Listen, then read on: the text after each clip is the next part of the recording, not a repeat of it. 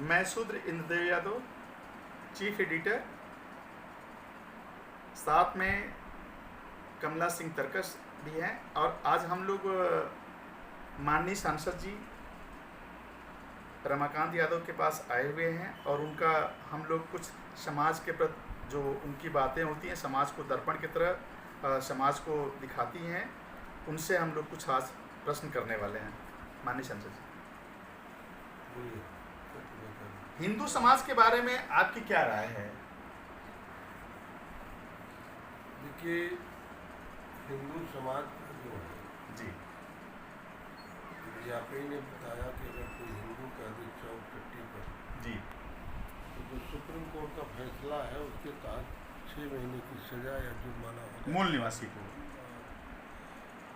मूल निवासी तो बैकवर्ड दलित है यहाँ पर। जी जी जी रहा सवाल, सबसे बड़ी समस्या इस बात की है कि जिस तरीके से हिंदू के नाम पर जी हमारे पिछड़े दलित समाज को डरवा दिया गया है जी पत्थर पूजने के लिए। जी जिस पत्थर में कोई शक्ति नहीं होती, न कोई बात होती है, जी इतना डरवा दिया गया कि गरीब महिलाएं, गरीब पुरुष हमेशा उसी के पीछे पड़े रहते हैं पूजा पाठ में। जी अपने कर्म पर विश्वास नहीं कर पाते, प्रकृति पर विश्वास नहीं कर पाते, विज्ञान पर विश्वास नहीं कर पाते, संविधान पर, जिसकी वजह से पूरे देश में पिछड़े और दलित समाज का बड़ा नुकसान हो रहा है। इसलिए मेरा ये अनुरोध है पिछड़े और दलित साथियों से कि पाखंड से दूर रहते और संविधान पर, विज्ञान पर, प्रकृति पर अपने कर्म को विश्वास में रखते हुए आगे बढ़ने का काम करें।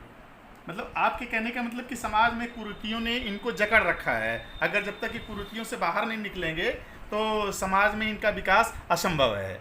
मैंने इस बात को पहले कहा कि इस तरीके से जो पाखंड है, तमाम पाखंड के चलते हमारा समाज जो है पिछड़ा दलित बहुत बुरी तरह से डरा हुआ है, जकड़ा हुआ है। उससे निकालने के लिए हम सभी लोग बहुत कोशिश कर रहे हैं कि निकले, आगे बढ़े, अपने अधिकार के लिए आगे बढ़े और संविधान, विज्ञान, प्रकृति पर विश्वास करें, अपने कर्म पर विश्वास करें, अपने अधिकार के लिए लड़े, आगे बढ़े। सर, मैं आपसे एक प्रश्न करना चाहता हूँ। आप उसी वर्ग से आते भी हैं। कृष्ण और शंकर को इन लोगों ने यादवीकरण किया जबकि ये मूल निवासी थे, और ब्राह्मण लोगों ने इनको हर जगह जो है, जैसे बनारस का काशी विश्वनाथ है विश्व यादव के नाम पे, आपका जो बैजनाथ धाम है बैजू यादव के नाम पे, जैसे आपका असीरगढ़ का जो किला है आशा यादव के नाम पे, जो भारत का सबसे बड़ा जो वेंकटेश्वर मंदिर है कृष्णदेव राय यादव के, और शंकर को भी, और चाहे कृष्ण तो उस वर्ग से आते ही थे, जबकि वो वास्तव में यहाँ के मूल निवासी और असुर लोकनायक थे। तो इन ब्राह्मण लोगों ने इनको किस लिए ऐसा किया? देखिए, मुझे तो बहुत इतिहास के बारे में जानकारी नहीं है, लेकिन इतना जरूर जानता हूँ कि कृष्ण को जो इन लोगों ने यादव कहा है, ये हिंदू जो धर्म था, जो हमारे यहाँ पहले नहीं था जी, उसको बढ़ाने के लिए, मजबूत करने, क्योंकि यादव इस देश में 11-12% संख्या है जी, और ये लड़ाकू कौम है, स्वाभिमानी कौम है। इन लोगों ने इसलिए साबित किया कि ये ग्वाल वंश में पैदा हुए हैं। अगर ये कहा जाएगा तो जब ये यादव समाज हमारे साथ आ जाएगा तो हमारा धर्म मजबूत होगा और पाखंड मजबूत हो जाएगा। जी, शंकर जी का जहाँ तक सवाल है, शंकर जी आदिवासी राजा थे, मजबूत राजा थे, सामाजिक न्याय के पुरजोधा थे, और शादी जब उन्होंने पार्वती जी से किया, उसके बाद मैंने कई बार टेस्ट भी लिया कि कोई भी जो हिंदू समाज के अगुआ लोग हैं, जो हिंदू समाज के अगुआ बनते हैं, जो पाखंड के पुजारी हैं, वो लोग कभी इनके मंदिर का प्रसाद भी नहीं खाते हैं। तो ये तमाम विडम्बनाएं हैं। तो कृष्ण, तो शंकर को इन लोगों ने यादवों से ही क्यों जोड़ा सर? क्यों नहीं किसी और वर्ग से जोड़ा है? देखिए, ये मुझे जानकारी नहीं कि यादव जोड़ा के, जानता हूँ कि पिछड़ी जात के थे और आदिवासी के रूप में थे, मजबूत थे, अच्छी सेना थी, ताकतवर थे। इन्होंने पार्वती से शादी किया। पार्वती से शादी करने के बाद जो है हिंदू समाज के ठेकेदार इनका विरोध किए और आज भी ये विरोध करते हैं कि उनके मंदिरों का प्रसाद आज भी ये नहीं खाते। केवल मतलब गिरी समाज का मतलब इनका जो है कि जो गोस्वामी परिवार है, देखिए जो गिरी समाज है, गोस्वामी परिवार जो होता है वो पिछड़े समुदाय से आता है। समुदाय से आता है, पिछड़े समाज की सर्टिफिकेट लेता है, हर जगह लगाता भी है।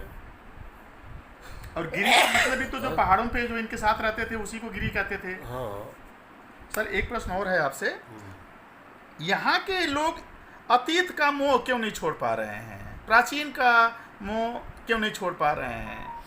देखिए पहले शिक्षा का अभाव था, जो बकाया गया बताया गया उसी पर लोगों ने अमल किया, लेकिन हम आप लोगों की जिम्मेदारी बनती है, जो हमारे पिछड़े दलित समाज के लोग जो शिक्षित हैं, जो इतिहास के बारे में जानते हैं, जो शिक्षा लिए हैं, अब हम सब लोगों की जिम्मेदारी बनती है कि उनको बताएं और उस पाखंड से हटाएं। प्राचीन जो काल थी उससे दूर हट करके लोग नए युग में आए और अपने अधिकार और हक के लिए खड़े हों, पाखंड से दूर हटें। मतलब आपके कहने का मतलब कि जब तक हम अतीत का मोह नहीं अगर छोड़ेंगे तब तक हम वर्तमान का की भविष्य की नींव नहीं रख पाएंगे। मैंने वही कहा है, जब तक अतीत को नहीं छोड़ेंगे, जब तक इससे नहीं हटेंगे, तब तक नहीं अपना स्वाभिमान और सम्मान बचा पाएंगे। आपसे अंतिम और आखिरी सवाल है सर, वर्तमान राजनीति भारत का भविष्य, विश्व में भारत की जो गिरती साख है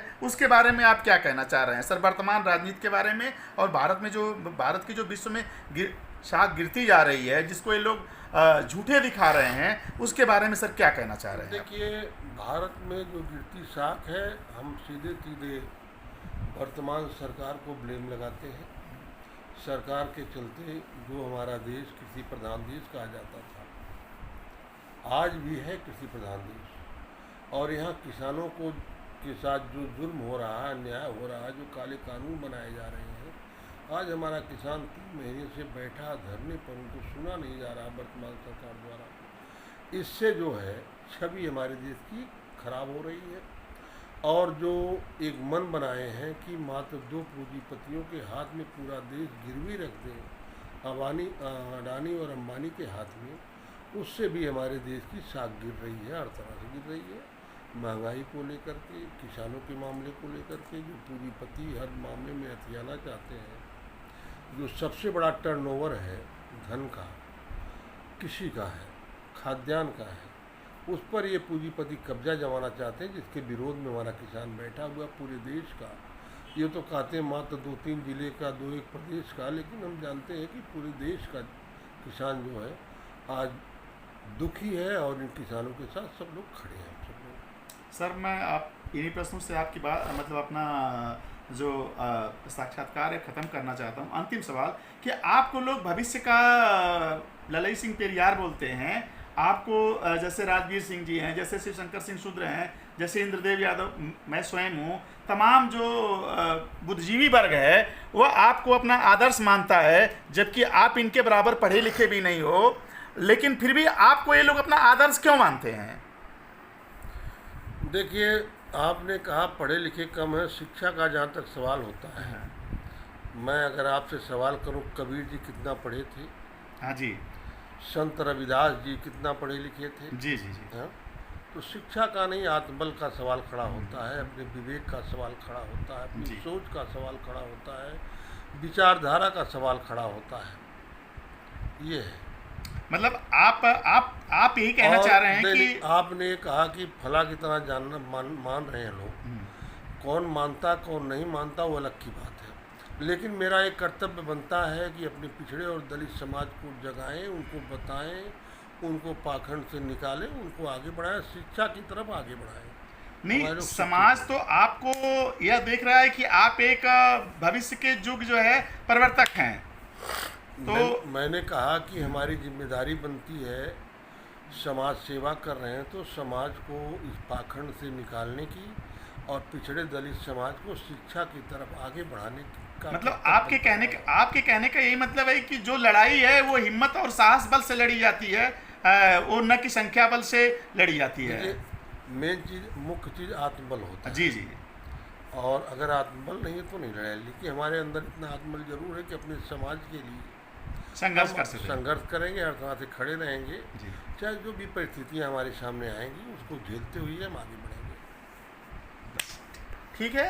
अभी आप लोग सुन रहे थे पूर्व माननीय सांसद रमाकांत जी यादव के इनकी बेबाक टिप्पणी को, और इन्होंने समाज के लिए भविष्य का इनको लोग पेरियार भी बोल रहे हैं, और ये समाज के लिए शिक्षा के लिए अपने तरफ से बहुत कुछ सराहनीय योगदान कर रहे हैं। इनके लिए मैं इनको बहुत बहुत धन्यवाद देता हूं और इनका आभारी रहूंगा। धन्यवाद।